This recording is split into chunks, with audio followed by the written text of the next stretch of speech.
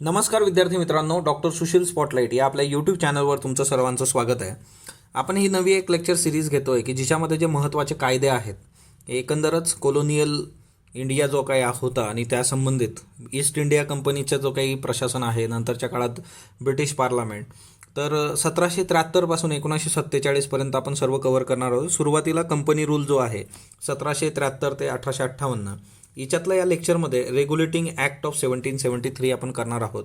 आणि याच्याबरोबरच एकंदरच एक पार्श्वभूमी पण बघूयात कंपनीची. तत्पूर्वी डॉक्टर सुशील स्पॉटलाईटला टेलिग्रामवर फॉलो करण्यासाठी डिस्क्रिप्शनमध्ये लिंक तुम्ही वापरू शकता. फेसबुकवर आपला ग्रुप आहे, तिथेही फॉलो करू शकता. तर बघूयात रेग्युलेटिंग ॲक्ट ऑफ 1773. सो एकंदरच हा जो कायदा आहे, या कायद्याचं जे वैशिष्ट्य आहे रेग्युलेटिंग ॲक्ट ऑफ 1773, ते म्हणजे भारतामध्ये सेंट्रलाइज ॲडमिनिस्ट्रेशन या कायद्यापासून सुरू झालं. पण तत्पूर्वी थोडंसं आपण ईस्ट इंडिया कंपनी जी आहे त्या ईस्ट इंडिया कंपनीबद्दल जाणून घेऊयात.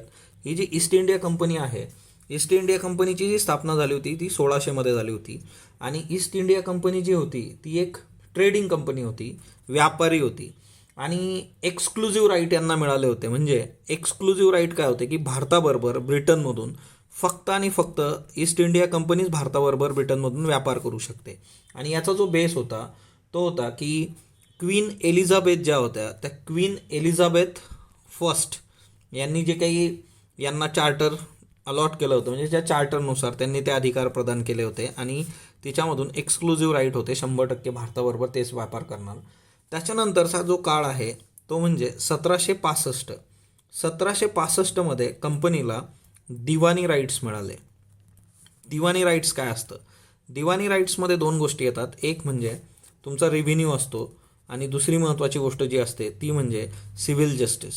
Okay, so revenue and civil justice. आता हे दिवाणी राईट जे होते ते कुठल्या रिजनवर मिळाले होते? बेंगाल, बिहार, ओरिसा. ओके, बेंगॉल, बिहार आणि ओरिसा या 3 ठिकाणी यांना दिवाणी राईट्स मिळाले. आणि इथून खऱ्या अर्थाने जी काही टेरिटोरियल ॲडमिनिस्ट्रेशन आहे तर ते सुरू होतं कंपनीचं. म्हणजे त्याची मुहूर्तमेळ जी आहे की जमीन हस्तगत करायची, साम्राज्य वाढवायचं, टेरिटोरियल पॉवर, त्याची जी मुहूर्तमेळ आहे कंपनीची ती इथून रोवली गेली. असं एकदम सिंपल गणित आहे. आता दिवाणी राईट्स कंपनीला मिळाले तर ते दिले कुणी होते? तर ते दिले होते शाह आलम नावाचा मुघल बादशाह जो आहे त्याने ते दिले होते. आता शाह आलमचा इशू काय होता ना, शाह आलम बक्सारचं जे युद्ध होतं 1764, battle of Berkshire. Battle of Berkshire तुम्हाला माहीत असेल, म्हणजे प्लासी, बक्सार, सगळी हिस्ट्री, अंधार कोठडीची घटना. तर बॅटल ऑफ बक्सार ही लोकं हारली होती आणि ईस्ट इंडिया कंपनी जिंकली होती. आणि त्या हिच्यामध्ये शाह आलमची जी परिस्थिती होती त्या काळात, तिच्यात त्याला दिवाणी राईट्स द्यावे लागले. आणि ही सगळ्यात मोठं ब्लंडर होतं. हे जे होतं शाह आलमनी केलेलं, याला ब्लंडर म्हटलं जातं हा ना. आणि तिथूनच खऱ्या अर्थाने ही सगळी सुरुवात झाली आणि ती दिवाणी राईट्स दिले गेले कंपनीला. तर हा एक महत्त्वाचा मुद्दा होता.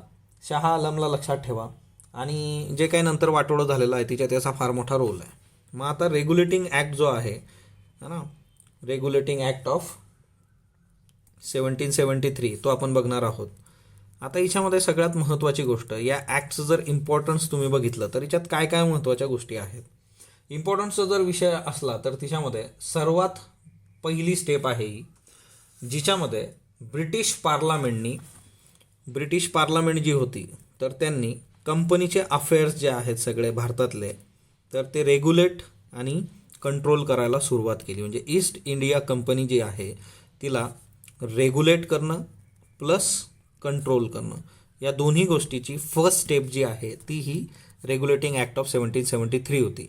तोपर्यंत कंपनीला जे पाहिजे, जसं पाहिजे तसं कंपनी इथं करत होती आणि हा सगळा इश्यू होता. मग ब्रिटिश पार्लमेंटनी हे सुरुवात केली. So it is a first step है ना, by British parliament to regulate the affairs of East India Company in India.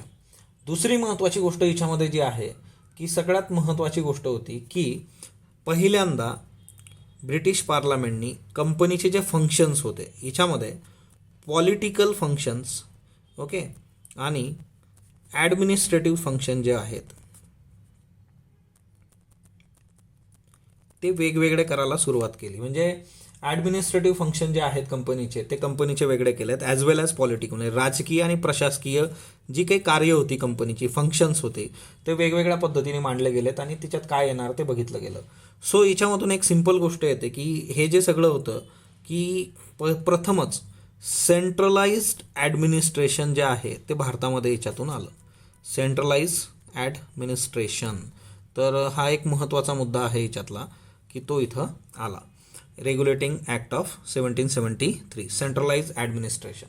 दुसरी महत्त्वाची गोष्ट या सर्व याच्यात जी होती ती म्हणजे काय की गव्हर्नर ऑफ बेंगॉल जे होतं. ओके, आता बघा, गव्हर्नर ऑफ बेंगॉल हे एक पद जे होतं त्याला काय केलं, त्याचं नाव बदललं गेलं, त्याला ऑथॉरिटी जास्तीची दिली गेली आणि ते झालं governor general of Bengal. Okay, आता याच्यातून एक गोष्ट तुम्हाला लक्षात आली असेल की 3 महत्त्वाच्या प्रेसिडेन्सीज होत्या. म्हणजे एक मद्रास होतं, दुसरं बॉम्बे होतं, आणि या दोन्ही प्रेसिडेन्सीजचे जे गव्हर्नर होते ते सबऑर्डिनेट झाले या गव्हर्नर जनरल ऑफ बेंगॉलला. तर ती पण एक महत्त्वाची बाब हिच्यात होती. म्हणजे मद्रास आणि बॉम्बे या ज्या प्रेसिडेन्सी होत्या दोघी, इथले जे गव्हर्नर जनरल होते की गव्हर्नर्स होते हा ना, ते सबऑर्डिनेट झाले गव्हर्नर जनरल ऑफ बेंगॉलला. सो इथले गव्हर्नर जे आहेत ते सब ऑर्डिनेट, म्हणजे आता ही जी सुप्रीम ऑथॉरिटी जी होती ती गव्हर्नर जनरल ऑफ बेंगॉल होती आणि हे जे होते हे दोघं त्याला सबऑर्डिनेट, म्हणजे हायरार्कीमध्ये त्याच्या अंतर्गत त्याच्या हाताखाली काम करणार किंवा त्याला हा ना सुप्रीम पॉवर जी होती ती गव्हर्नर जनरल ऑफ बेंगॉलकडे गेली. त्याच्यानंतर हिच्यामध्ये दुसरी महत्त्वाची गोष्ट घडली ती म्हणजे काय की एक एक्झिक्युटिव्ह कौन्सिलची स्थापना करण्यात आली. आता ही जी एक्झिक्युटिव्ह कौन्सिल होती या एक्झिक्युटिव्ह कौन्सिलमध्ये टोटल 4 मेंबर होते आणि यांचं काम काय होतं, टू असिस्ट म्हणजे मदत करायची. कोणाला मदत करणार ही लोक, तर गव्हर्नर जनरल ऑफ बेंगॉलला मदत करणार. म्हणजे पहिला जो आपला आहे वॉरेन हेस्टिंग त्याला मदत करायला हे 4 मेंबरची एक्झिक्युटिव्ह कौन्सिल यांनी नेमली होती आणि याच्यासाठीचं जे टेन्युअर होतं तर ते जवळपास 5 वर्षासाठी होतं. नंतरच्या काळामध्ये सर्वात महत्त्वाची जी घटना होते की ज्याच्यासाठी आजही आपण एक महत्त्वाचा जो माइलस्टोन आहे याच्यातला तो म्हणजे 1774 सुप्रीम कोर्टाची स्थापना झाली भारतामध्ये. ओके, आणि ती रेग्युलेटिंग ॲक्ट 1773च्या अंतर्गत. या सुप्रीम कोर्टाचं कंपोजिशन जर तुम्ही बघितलं तर ते 1+3 असं होतं. म्हणजे एक चीफ जस्टिस आणि बाकीचे 3 त्याला जजेस. मला सांगा बरं, पहिलं चीफ जस्टिस कोण होतं या सुप्रीम कोर्टामध्ये, हा ना, कमेंट बॉक्समध्ये तुम्ही सांगणार आहात ही गोष्ट. त्याच्यानंतर पुढचा जो मुद्दा होता की करप्शन. आता करप्शन संपलं पाहिजे. मोठ्या प्रमाणावर कंपनीचे जे काही कर्मचारी होते ते भ्रष्टाचारी होते आणि हे करप्शन संपलं पाहिजे त्याच्याकरता यांनी कंपनीचे जे काही सर्वंट्स होते म्हणजे कंपनीचे जे काही सर्वंट्स होते त्यांना प्रायव्हेट ट्रेड जो आहे म्हणजे की जो व्यापार आहे खाजगी व्यापार है ना, आणि दुसरी महत्त्वाची गोष्ट की जर कुठले गिफ्ट्स असतील है ना लोकल लोकांकडून म्हणजे नेटिव्हजकडून, तर ते गिफ्ट्स आणि प्रायव्हेट ट्रेड या दोन्ही गोष्टी ज्या आहेत त्या प्रोहिबिटेड है ना. सो ही एक महत्त्वाची गोष्ट होती की कंपनी सर्वंट्स, हे कंपनी सर्वंटसाठी होतं है ना. कंपनी सर्वंट्स जे आहेत सगळे कर्मचारी कंपनीचे तर ते प्रोहिबिटेड, काय करू शकत नाही, खाजगी व्यापार करू शकत नाही, कुठल्याही नेटिव्हकडून गिफ्ट घेऊ शकत नाही. ही गोष्ट इथं आली. म्हणजे ज्या गोष्टीसाठी आज आपण म्हणजे UPSCमध्ये इथिक्स नावाचा सब्जेक्ट आहे किंवा करप्शन वगैरे, तर 1773 हे आणि ही जी सगळं करप्शन भारतात आहे तर ही देणगी जी आहे ती ब्रिटिश कॉलोनियल जो काही वारसा आहे आपला तिच्यात ही गोष्ट फार महत्त्वाची आहे. म्हणजे बक्षीस असं त्यावेळेस होतं हा ना, बक्षीस म्हटलं जायचं बघा कुठली गोष्ट केल्यानंतर. ते हे कॉलोनियल कल्चर आहे करप्शन जे आहे ते. तर हा एक मुद्दा होता. त्याच्यानंतर कंपनीची एक रेग्युलेटिंग बॉडी होती जिला म्हटलं जायचं court of directors. Okay, court of directors. हे कोर्ट ऑफ डिरेक्टर्स कोण होते, तर court of directors he governing body होती कंपनीची. सो ईस्ट इंडिया कंपनीची हे प्रशासकीय बॉडी होती. तर ब्रिटिश पार्लमेंटने काय केलं की ब्रिटिश पार्लमेंटने निर्णय घेतला की कोर्ट ऑफ डिरेक्टर्स ब्रिटिश पार्लियामेंटला कुठल्या कुठल्या गोष्टीवर रिपोर्ट करतील, तर जे सिव्हिल इश्यू आहेत सगळे, त्याच्यानंतर रेव्हेन्यू आहे म्हणजे तुमचा महसूलचा काही विषय आहे, त्याच्यानंतर दुसरं महत्त्वाचं म्हणजे मिलिटरी अफेअर्स जे असतील म्हणजे भारतामध्ये याच्यापैकी या 3ही घटनांपैकी जे काही गोष्टी होणार आहेत म्हणजे सिव्हिल इश्यू आहेत तुमचे प्रशासनाचे, महसूल आहे, त्याच्यानंतर मिलिटरी सैन्याबद्दलचा काही इश्यू आहे, तर कोर्ट ऑफ डिरेक्टर्स कुणाला रिपोर्ट करणार, ब्रिटिश पार्लियामेंटला रिपोर्ट करणार. तर ही एक गोष्ट लक्षात ठेवा.